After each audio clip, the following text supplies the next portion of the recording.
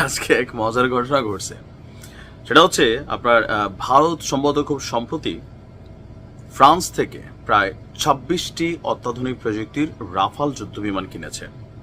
আর এই যুদ্ধবিমানগুলো কেনার মূল উদ্দেশ্য হচ্ছে পাকিস্তানের সাথে আসন্ন যে যুদ্ধ, সেই যুদ্ধে নিজেদের অবস্থানকে ঝালাই করে নেওয়া, রাইট? তো এই যখন অবস্থা, তখন পাকিস্তানের আকাশ সীমার মধ্যে যখন আপনার এই ভারতের যুদ্ধ বিমানগুলো আজকে সামহাও ইচ্ছা করে হোক ভুলে হোক তারা প্রবেশ করেছে, এরপরে ঘটেছে এক বিস্ময়কর ঘটনা। আর এই ঘটনা পাকিস্তানিরা নিজেদের বিজয় হিসাবেই দেখছেন, যে দেখো তোমাদের এই অত্যাধুনিক প্রযুক্তির রাফাল বিমান আমাদের চায়না পাকিস্তান বিমানের সামনে কত বড় অসহায়।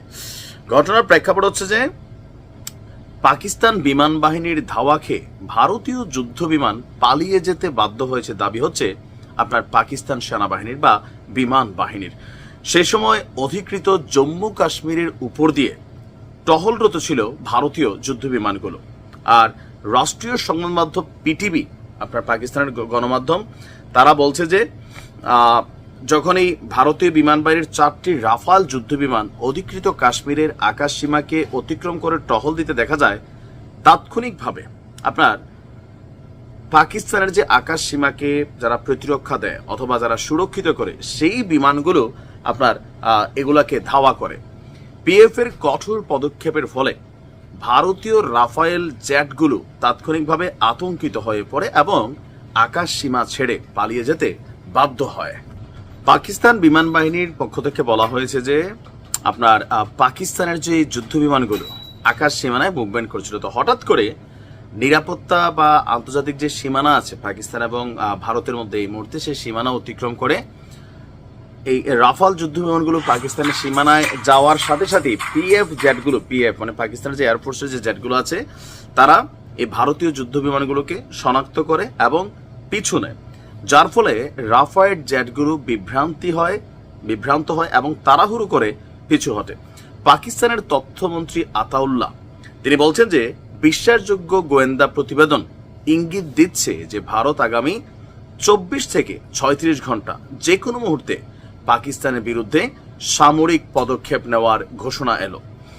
এদিকে পাকিস্তানের পররাষ্ট্রমন্ত্রী ইশাক দার ঘোষণা দিয়েছেন পাকিস্তান আগে হামলা করবে না, তবে যদি ভারত আক্রমণ চালায় তাদেরকে পাল্টা জবাব দেওয়ার জন্য তাদের বিমান, আকাশ, তারপর হচ্ছে নৌ, এই 3 সেনারা যারা আছেন তারা সর্বোচ্চ প্রস্তুত আছেন।